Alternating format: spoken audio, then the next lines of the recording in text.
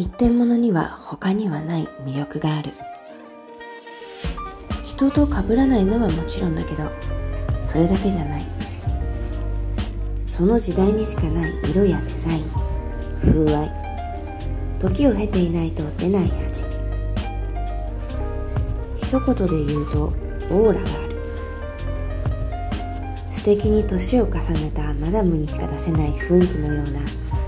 そこには唯一の魅力がある。今日は私がパリの飲みの市で出会った一点物を紹介します。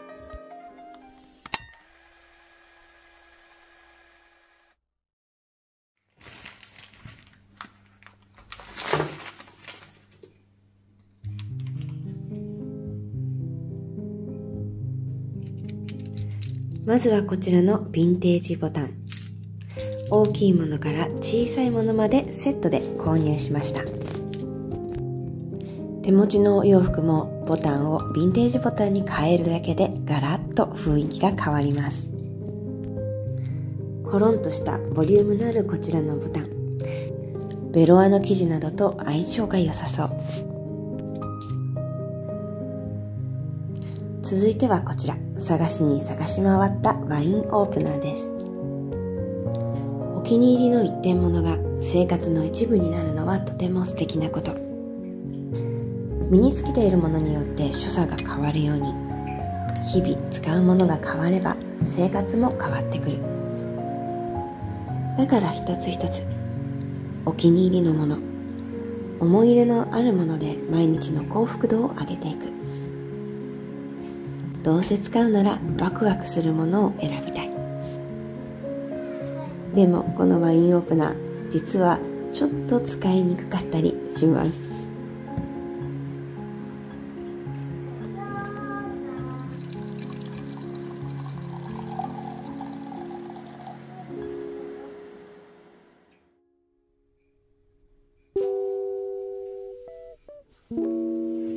こちらは日常使いのアクセサリー入れとして使っています。このずっしりしたフォルムがなんとも素敵です。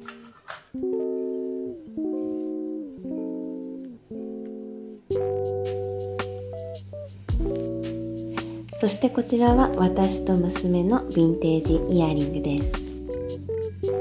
娘のものは小さなハートのイヤリング。私のものは貝殻のデザイン。パールのような輝きがとても綺麗です。実は私今までイヤリングを敬遠していました。可愛いデザインのピアスは世の中に溢れているし、取れたり重かったりっていうマイナスイメージがあったからです。だけど飲みの市でヴィンテージイヤリングに出会って、そんなイメージは吹っ飛んでしまいました。その時代にしかないデザインや色、風合いに私はすっかり魅了されてしまいました。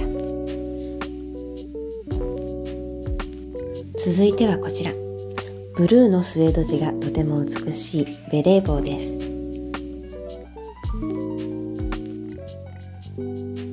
生地に張りがあるのでかぶった時のシルエットがとても美しい一点です。お店の方曰く1960年代から70年代のものだそうなんですが、中の方も全くダメージがなく、とても状態のいいものでした。シャルル・ジョルダンといえばシューズブランドとしてとても有名ですよね。こんな素敵なベレー帽も出していたなんて知りませんでした。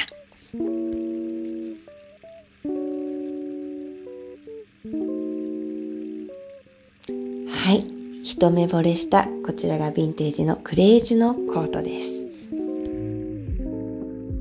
2つの異なったパターンで織られたニットコート。袖やポケットのレザーパイピングがとても素敵です。ここには少しほつれがあるんですが、それもヴィンテージならでは。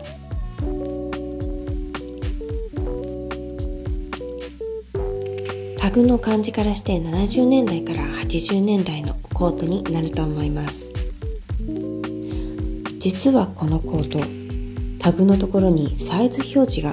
ないのと組成表示もないんですね。なのでサンプル品なのか、それともオートクチュールである一人の女性のために仕立てられたコートなのかななど妄想が膨らみます。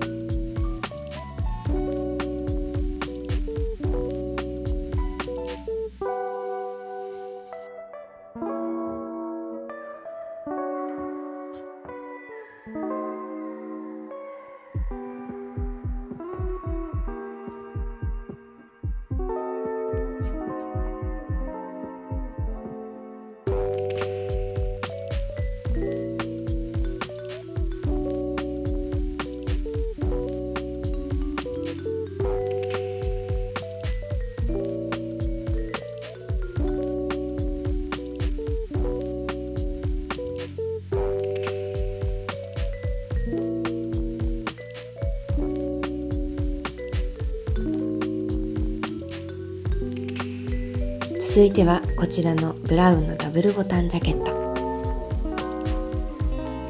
タグにはシャーリー・シャルダン、パリスと記載があります。ネットで調べたんですが、ブランドについてはちょっとわからなかったです。このゴールドの装飾ボタンがなんとも素敵。生地は 100% ピュアウール。張りのある生地でシルエットがとても綺麗です。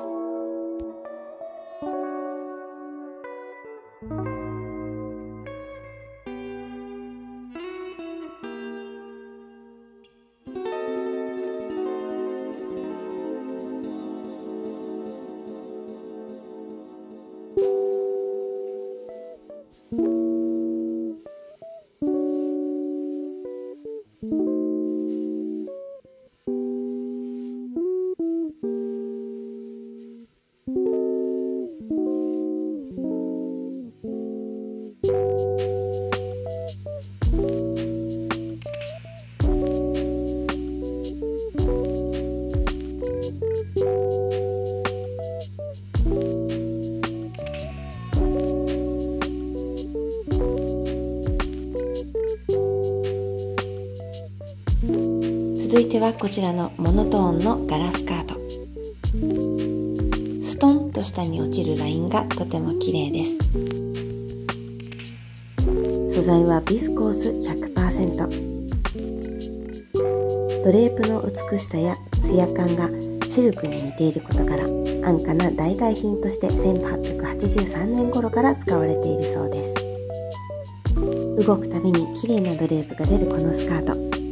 もう少し暖かくなったら大活躍の予感です。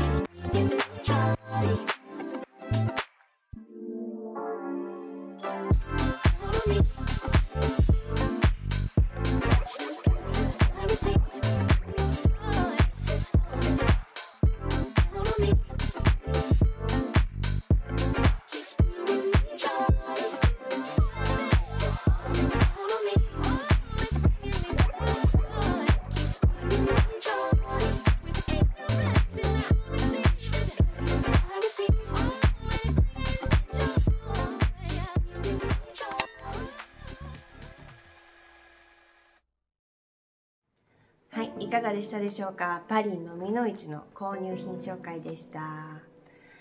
いやー、パリはやはり素敵な街でした。改めてドイツとやっぱりフランスの飲みの市ってちょっと雰囲気が違って、ドイツの飲みの市というか置かれてあるもの、食器だったりとか雑貨だったりとかっていうのはなんかちょっとレトロっていう言葉がぴったりくるような、ちょっとなんて言うんだろうな、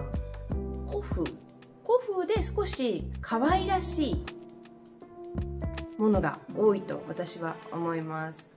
で、逆にフランスの飲みの市は上品だったりとか美しいっていう言葉がぴったりくるんじゃないのかなと、今回改めて回って思いました。食器だったりと、私も食器のメーカーは本当全くわからないんですけど、その陶器の色だったりとか、その絵柄もうすごく綺麗で、やはりやっぱり YouTube でよく見るじゃないですか。マーケットの映像とか見て食器写されてる方もたくさん私も見るんですけど、その映像では伝わらない風格っていうのがやはりあって、これは買って帰りたくなるなと、すごく目の前にしてご実感しました。やはりすごく素敵な食器たちでしたね。カトラリーもそうだし、飲みの市の魅力ってこ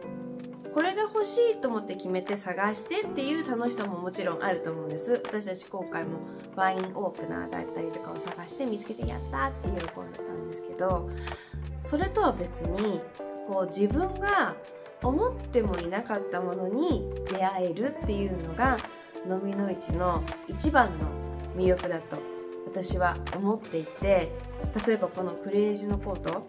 もそうなんですけど、クレイジーのコートが欲しいなって道を歩いてたわけでもなく、パッと目に入って素敵って思ったらこのクレイジーのコートだったっていう、この一期一会な出会いっていうのがやはり飲みの市の一番の魅力なんじゃないのかなと思ってます。一点物っていうのはもう本当に年代、その年代にしかないデザインだったりとか、色柄だったりとか、あとその月日が経ってないと出ない風格、オーラっていうのが絶対に私はあると思っていて、だからやめられないんでしょうね、この飲みの市巡りっていうのが。もう本当にそこに私はもう多分虜になってるんでしょうそうだからこの魅力、一点物の魅力、飲みの市の楽しさっていうのをこれからも皆さんにこの YouTube を通して配信していけたらなと思っておりますので、これからもぜひ応援よろしくお願いいたします。で、今回のこの動画でパリ旅行での動画は終了となります。このね、私たちの動画で少しでもパリの魅力、そして飲みの市の魅力が伝わっていただけたら嬉しいです。それではまた次の動画でお会いしましょう。またねー。